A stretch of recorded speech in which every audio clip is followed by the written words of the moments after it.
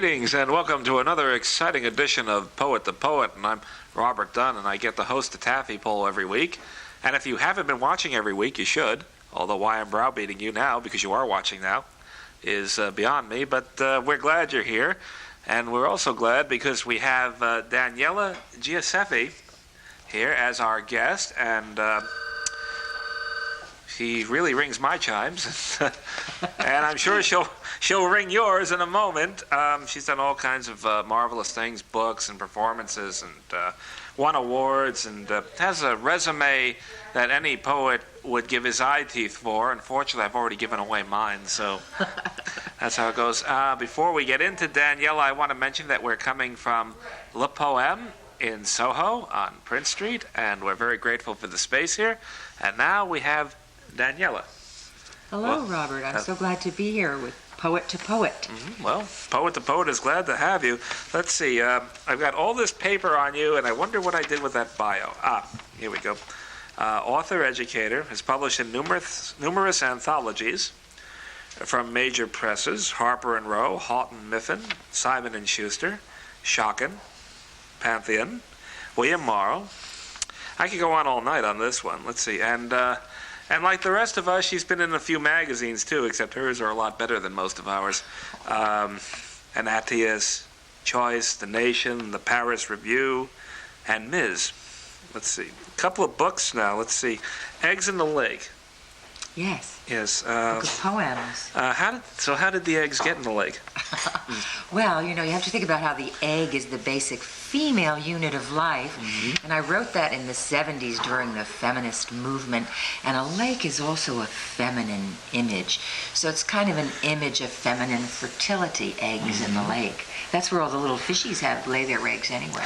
That's true, too. And you know something? The next time somebody tells me to go jump in the lake, I will take it as a compliment. Oh, yes. You'll be jumping into all those ovas that make life come forth. Ooh, I'm getting... There's that wonderful Chinese myth that the world was born from a cosmic egg in any case. And then what happened? Well, here we are. Oh, here we are, yes. Let's see, you have a novel, The Great American Belly. Yes.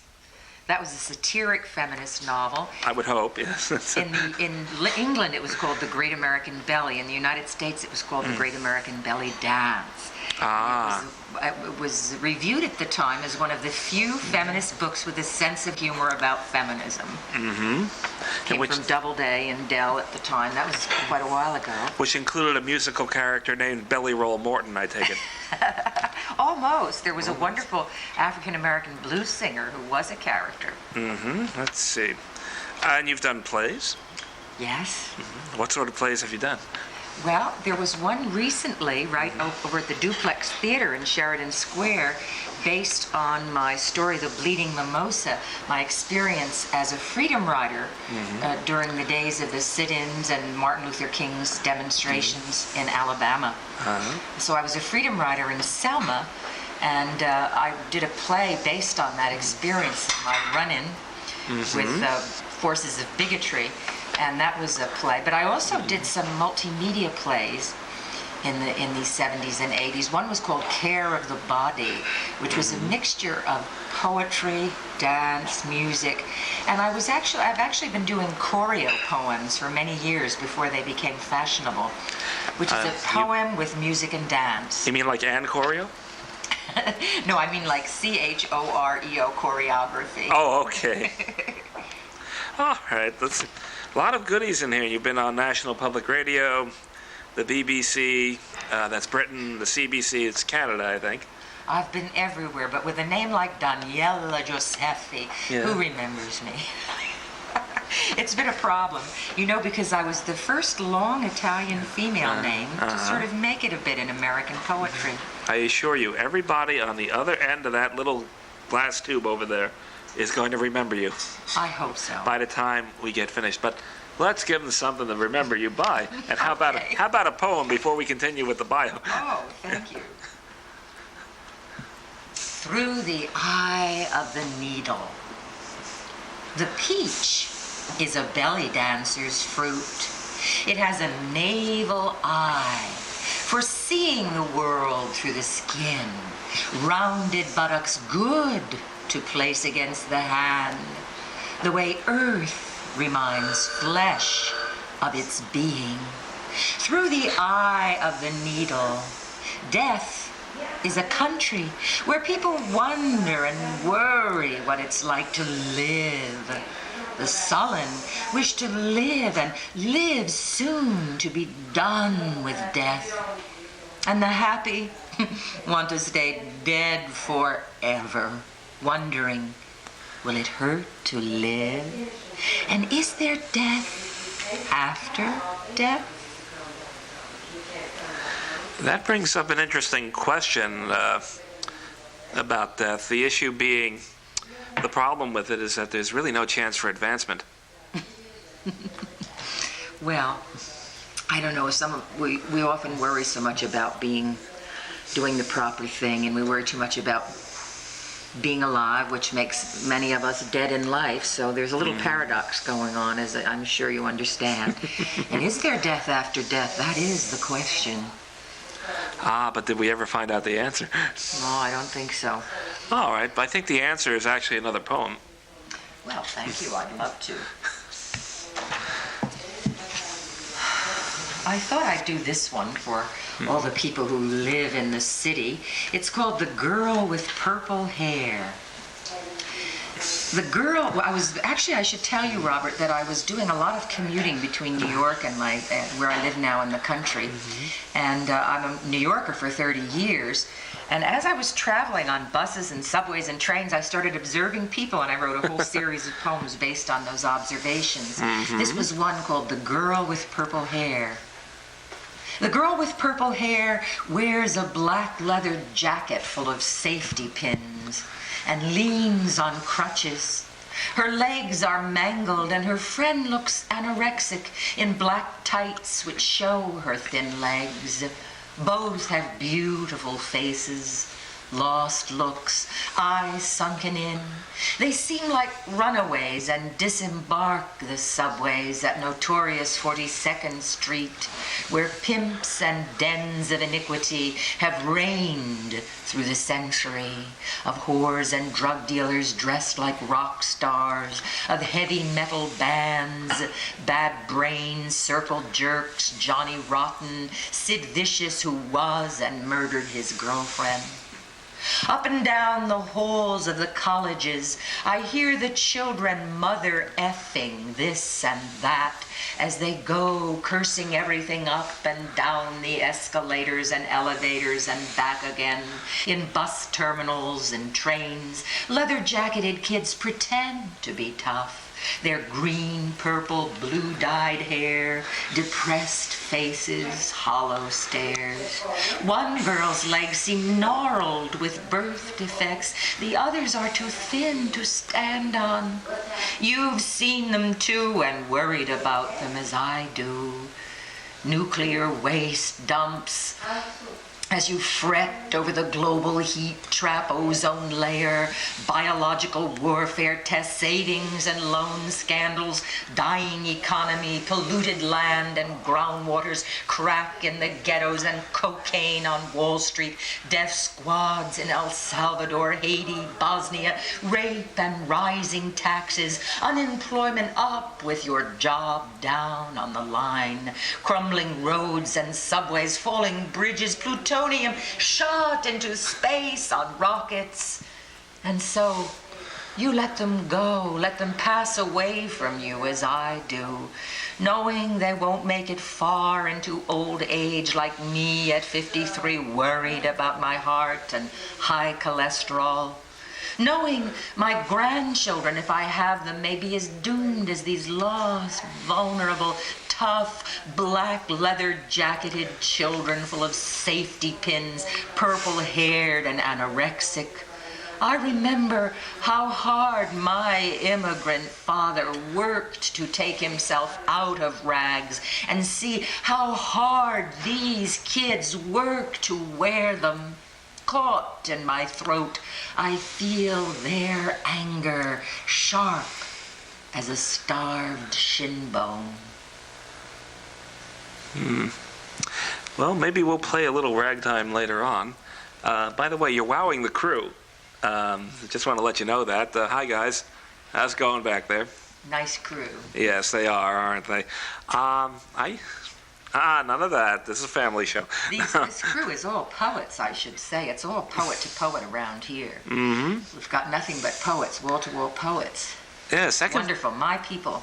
That can be a scary thought sometimes, some of the poets I've dealt with over the years. But speaking of which, I used to date a girl with purple hair. You did?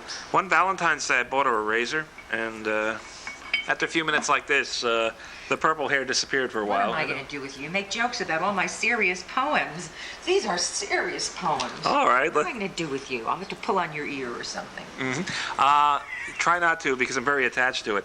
All right. Seriously, then. Well, we like to have fun when we're doing the show, I too. know, I'm just even when, even when we're serious. I've been going through this bio with all the serious and fascinating and impressive credentials that you've accumulated here. But how did you get here? In other words, what does it take to become a poet of your caliber? Oh, gosh, a poet of my caliber. I just wish I had some money and fortune and real fame to show for it all. Now, you can't have everything, Hard work, lots of hard work. And, I really was not joking when I said with a name like Daniela Gioseffi, it hasn't been easy because it really was the first long Italian female name to sort of make it a bit in American poetry, and it wasn't easy at all. I have nothing but a little state college education, checked hats to put myself through college. I was up till 2 a.m. checking hats. Reading the decline and fall of the Roman Empire between everyone else's mink coats coming and going. And then I'd get up at, 6 a.m. and take my exam. And I really had to work my way through. But my father was a tremendous inspiration to me, my Italian immigrant father. He used to read to me all the classics from the time when I was a very tiny child. So he really, I heard Romeo and Juliet at his knee and Cervantes. And I read all the great literature of the world, and that was my inspiration. I think there's nothing like reading as a teacher of poetry. And it's sad that in this nation, only 1% of the population reads serious literature, and we're the wealthiest nation in the world. It's a sin. Well, actually, we're busy reading financial magazines. That's probably true. Making killings on Wall Street. Yeah, but it's sad because what poetry can offer, and what's so wonderful about what you fellas are doing, is the fact that it's one human heart communicating with another. The lyric voice, which is being killed off in our time. Sports and the multi-billion-dollar industries of entertainment. We're a nation entertaining ourselves to death, and very little of it is serious, good literature that touches the heart and the soul and makes communion between people.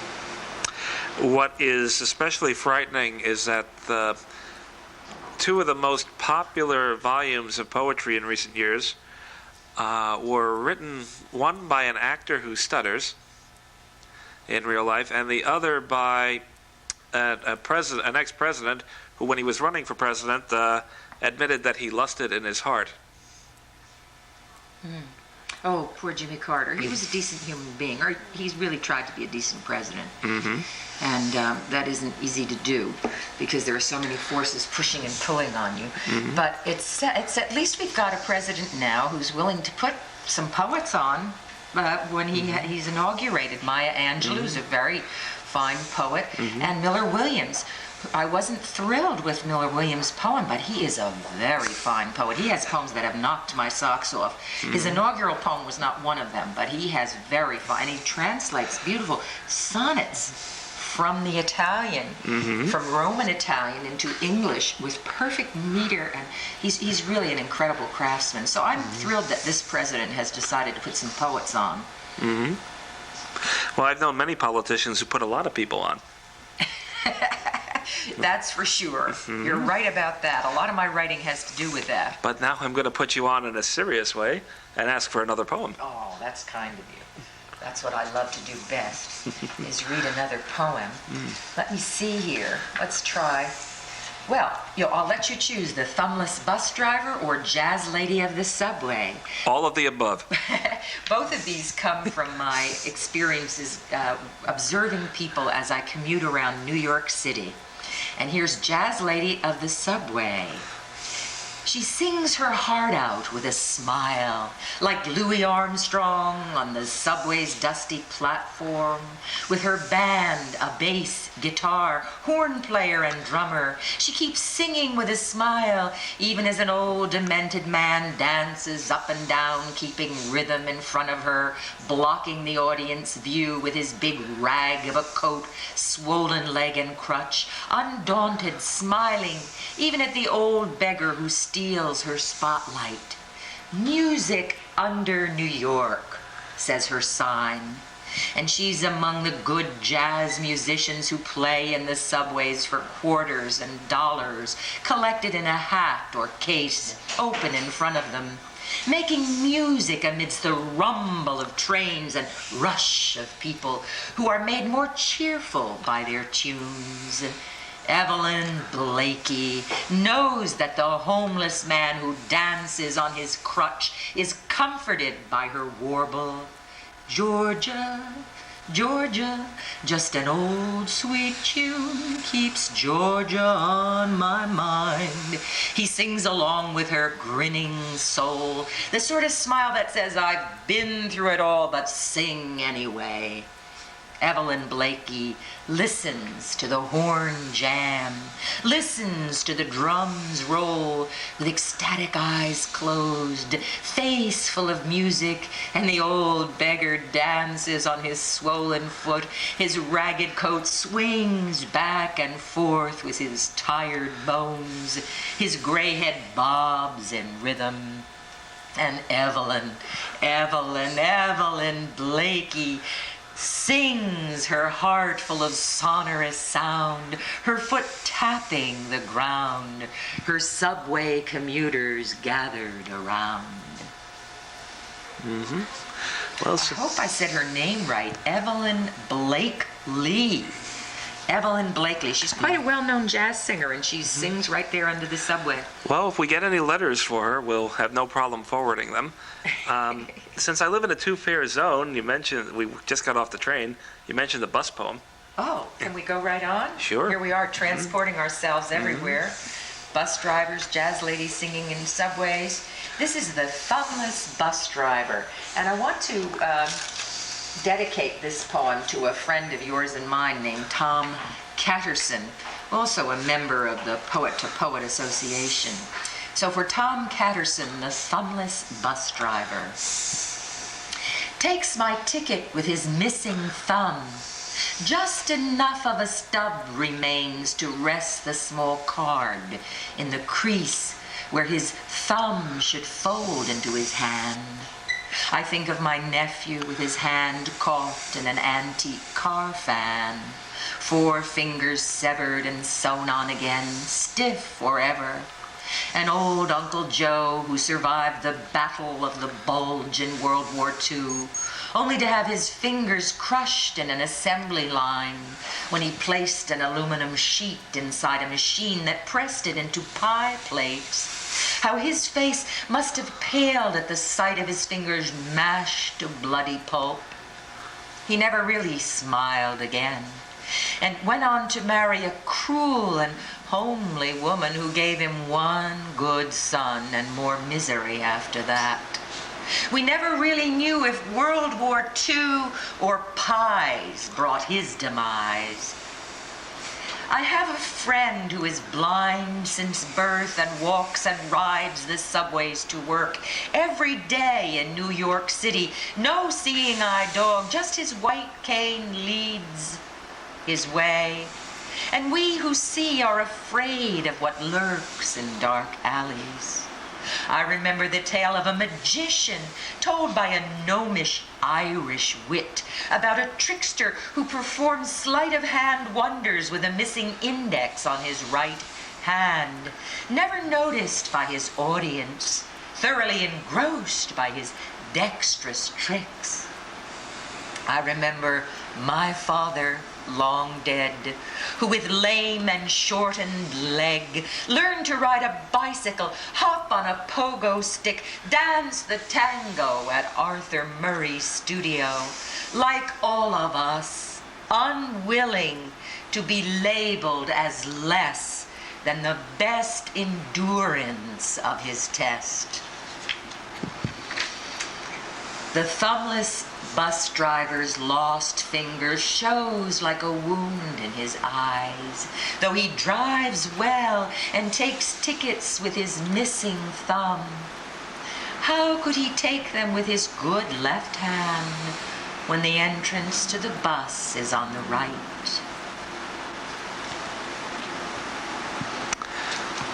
It's never easy being a bus driver.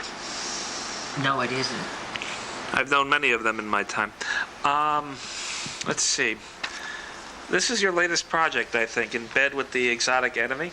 Yes, it is. Let's see if we can hold that up for a moment. With any luck at all. What is this about? It's a book of stories coming out this month of my 56th year. I always admit my true age.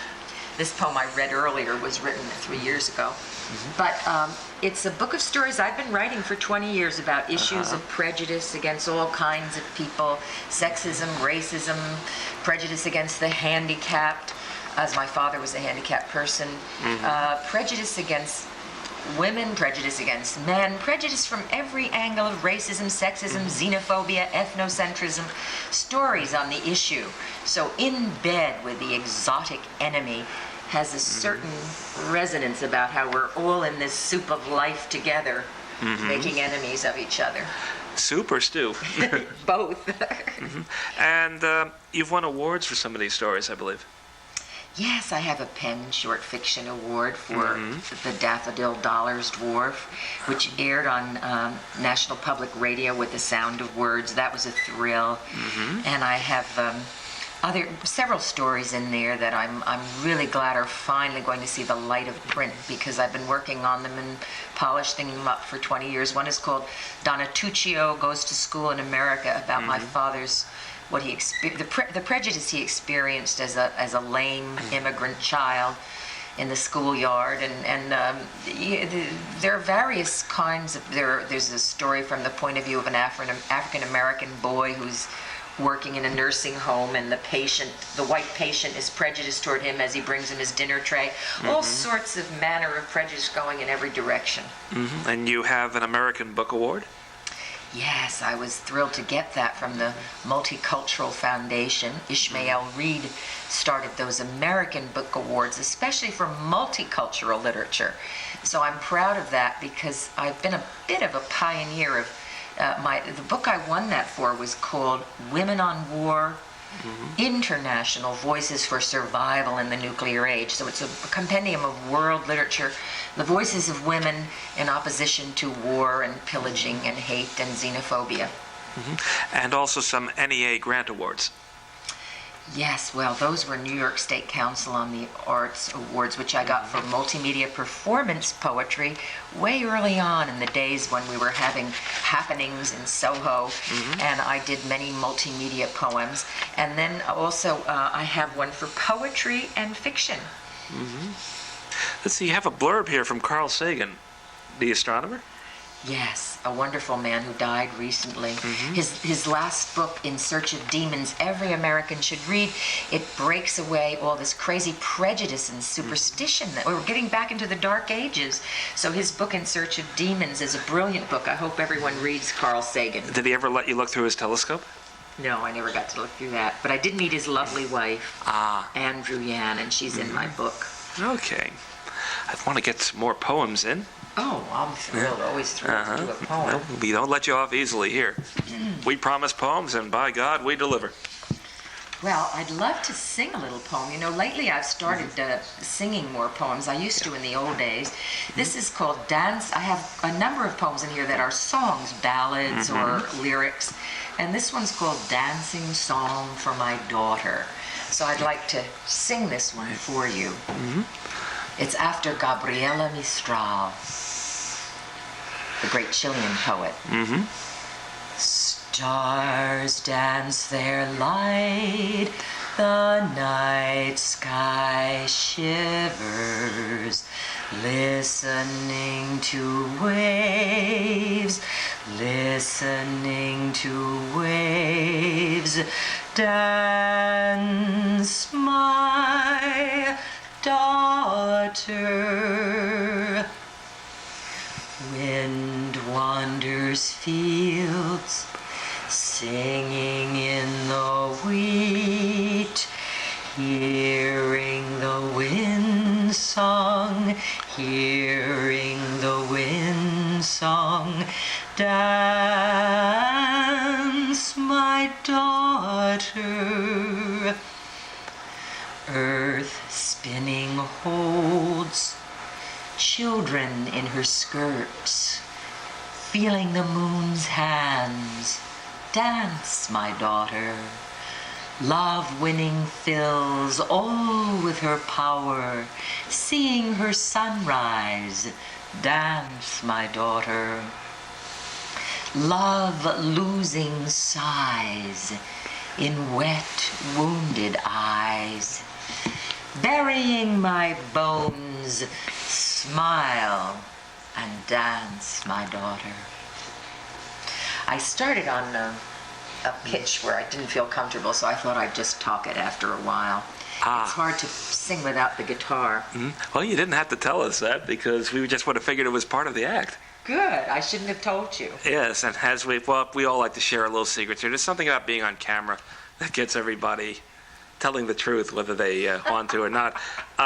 Before we finish up, do you have any quick advice for all the aspiring poets out there? Read poetry, and develop a taste for what you think is good, and that will help you find your own voice. Because the real thing is there is no right or wrong, and sometimes even bad poetry is more interesting than mediocre poetry.